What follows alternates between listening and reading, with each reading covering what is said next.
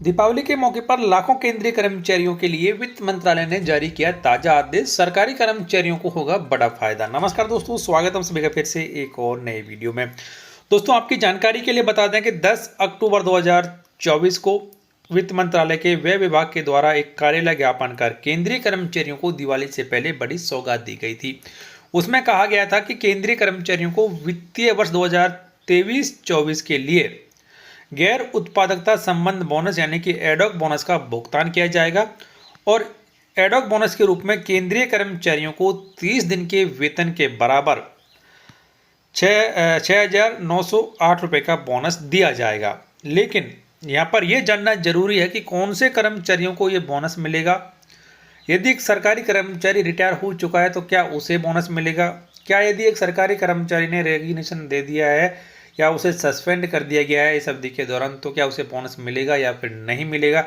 इसके अलावा जो न्यू ज्वाइनिंग हैं, जो कैंडिडेट्स नई नए सरकारी नौकरी में आए हैं, तो क्या उन्हें बोनस मिलेगा या फिर नहीं मिलेगा? ये ऐसे सवाल हैं जो कि बहुत सारे कर्मचारी जानना चाहते हैं। तो इन सभी सवालों के जवाब आज आपको इस वीडियो में दिया जाएगा। वीडियो को आप लास्ट तक जरूर देखें। तो पहले तो ये आप जान लीजिए कि साल 2023-24 के लिए पात्र केंद्रीय कर्मचारियों को 6,908 रुपये का अधिकतम बोनस दिया जाएगा। ये मैक्सिमम बोनस की राशि है जो कि केंद्रीय कर्मचारी को एडॉक बोनस के रूप में दी जाएगी। हालांकि बोनस की राशि काफ़ी कम है क्योंकि इसकी कैलकुलेशन छठे वेतन आयोग की जो न्यूनतम सैलरी 7,000 रुपये उसे ध्यान में रखकर की गई है। हालांकि सातवें वेतन आयोग के आधार पर न्यूनतम सैलरी 18,000 रुपये है। इसके हिसाब से यदि बोनस की कैलकुलेशन की जाती तो ये 40,000 के आसपास होती, लेकिन फिलहाल कर्मचारियों को 6,908 रुपये का बोनस दिया जाएगा। तो अब यहाँ पर ये जान लीजिए कि कर्मचारियों की कैलकुलेशन के यानी कि बोनस दिए जाने के जो नियम हैं वो क्या क्या हैं उसके बारे में। तो इसको लेकर भी इस आदेश में पूरी जानकारी यहाँ पर दी गई है। तो यहाँ पर कहा गया है कि पूर्णतः अस्थायी तदर्थ आधार पर नियुक्त कर्मचारी बोनस, जो टेम्परेरी गवर्नमेंट एम्प्लॉयज हैं, क्या उन्हें बोनस मिलेगा या फिर नहीं? तो यहाँ पर कहा गया है कि उन कर्मचारियों को भी बोनस दिया जाएगा। दूसरा सवाल यहाँ पर कि 31 मार्च 2024 से पहले सेवा से त्यागपत्र देने वाले अथवा सेवानिवृत्त अथवा मृत कर्मचारी, उनको बोनस मिलेगा या फिर नहीं मिलेगा?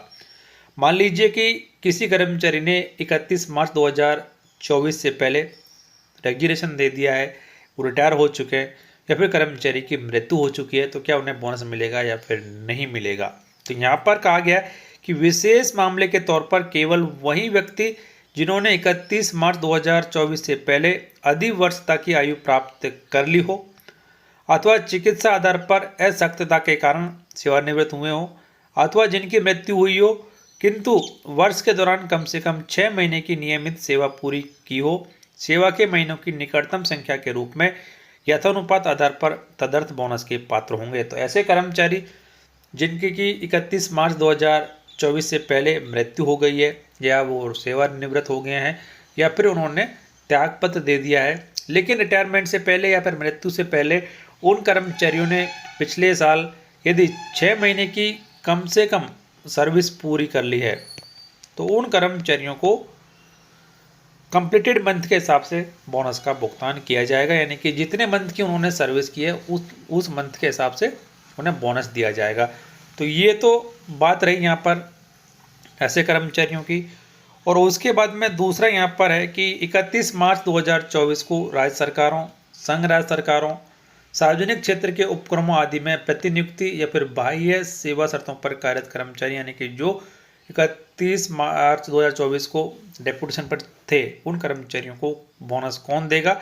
तो ऐसे कर्मचारी प्रदाता विभागों द्वारा तदर्थ बोनस भुगतान के लिए पात्र नहीं है। ऐसे मामलों में तदर्थ बोनस के भुगतान की जिम्मेदारी आदाता संगठन पर लागू तदर्थ बोनस और उत्पादकता संबंध, बोनस अनुग्रह भुगतान, प्रोत्साहन भुगतान स्कीम आदि यदि कोई है तो उसके आधार पर आदाता संगठन की होती है। तो जो कर्मचारी डेपुटेशन पर हैं उनको बोनस दिए जाने की जिम्मेदारी जिस डिपार्टमेंट में मौजूदा वो काम कर रहे हैं उस डिपार्टमेंट की है। और यदि वहाँ पर कोई बोनस की स्कीम है, चाहे वो वहाँ पर ज़्यादा हो या पर कम हो, उसी के आधार पर उस विभाग के द्वारा उस कर्मचारी को बोनस दिया जाएगा। अगला सवाल यहाँ पर कि ऐसे कर्मचारी जो लेखांकन वर्ष में उपयुक्त गए में उल्लिखित संगठनों में प्रतिनियुक्ति पर बाह्य सेवा पर रहने के बाद प्रत्यावर्तित हुए हैं, यानी कि जो वापस आ गए हैं पिछले साल के दौरान, तो ऐसे कर्मचारियों को बाह्य सेवा नियुक्ता के लेखांकन वर्ष के लिए प्राप्त कुल बोनस और अनुग्रह राशि और प्रत्यावर्तन के बाद की अवधि के लिए केंद्र सरकार के कार्यालय से प्राप्त तदर्थ बोनस यदि कोई हो, उन आदेशों के अनुसार तदर्थ बोनस के तहत देय राशि तक सीमित रखा जाएगा। वापस यदि कोई कर्मचारी हो गया, रिवर्ट हो गया है अपने पेरेंट डिपार्टमेंट में पिछले साल के दौरान, तो जिस विभाग में उन्होंने जितने साल की सर्विस किया, जितने महीने की सर्विस किया, उसके हिसाब से बोनस दिया जाएगा। लेकिन बोनस की अधिकतम राशि जिस विभाग में कर्मचारी काम कर रहा है वहाँ पर मिलने वाली राशि से ज़्यादा नहीं होगी। अगला सवाल कि केंद्र सरकार में प्रतिवर्ती नियुक्ति पर राज्य सरकार, संघ राज्य प्रशासन, सार्वजनिक क्षेत्र के उपक्रमों के कर्मचारी, तो इन कर्मचारियों को भी बोनस का भुगतान किया जाएगा और जो भी उनका पेरेंट डिपार्टमेंट्स है उसके द्वारा बोनस दिया जाएगा। अगला सवाल यहाँ पर कि अधिवर्षता प्राप्त कर्मचारी जिन्हें पुनर्नियोजित किया गया, यानी कि ऐसे कर्मचारी जो कि सेवानिवृत्त हो चुके हैं और उन्हें दोबारा से नौकरी में लिया गया है, तो क्या उनको बोनस दिया जाएगा। तो यहाँ पर कहा गया है कि चूंकि पुनर्नियोजन नया नियोजन होता है, इसलिए पुनर्नियोजन की अवधि हेतु पात्रता की अलग से गणना की जाएगी। अधिवर्षता से पहले की अवधि और पुनर्नियोजन की अवधि के लिए स्वीकार्य कुल राशि यदि कोई हो, इन आदेशों के तहत तदर्थ बोनस के अंतर्गत अधिकतम स्वीकार्य राशि तक सीमित होगी। तो ऐसे कर्मचारियों को भी बोनस दिया जाएगा जो कि सेवानिवृत्त हो गए हैं। सेवानिवृत्ति के बाद में दोबारा से यदि वो नौकरी में आ गए हैं तो उन्हें वही बोनस दिया जाएगा। अगला सवाल कि ऐसे कर्मचारी जो लेखांकन वर्ष के दौरान किसी समय अर्धवेतन छुट्टी, असाधारण छुट्टी, अर्जन शोध छुट्टी और अध्ययन छुट्टी पर थे, तो क्या उन्हें बोनस मिलेगा या फिर नहीं मिलेगा। तो यहाँ पर कहा गया है कि अवेतन छुट्टी के मामलों को छोड़कर अन्य प्रकार की छुट्टियों की अवधि पात्रता अवधि की गणना के प्रयोजन के लिए शामिल की जाएगी। असाधारण छुट्टी, अकार्य दिवस को पात्रता अवधि से हटा दिया जाएगा, परंतु इसे तदर्थ बोनस के प्रयोजन हेतु सेवा में विधान नहीं माना जाएगा। तो ऐसे कर्मचारी जो कि पिछले साल इन छुट्टियों पर थे उन्हें भी बोनस मिलेगा। यदि कर्मचारी को किसी छुट्टी के लिए वेतन नहीं दिया गया है तो उस अवधि को काट लिया जाएगा, बाकी पूरी अवधि के लिए कर्मचारी को बोनस दिया जाएगा। लेखांकन वर्ष के दौरान किसी भी समय निलंबित कर्मचारियों को बोनस मिलेगा या फिर नहीं मिलेगा। तो लेखांकन वर्ष में किसी अवधि के लिए निलंबित रहे किसी कर्मचारी को दिए गए निर्वाह भत्ते को परिलब्धि नहीं माना जा सकता।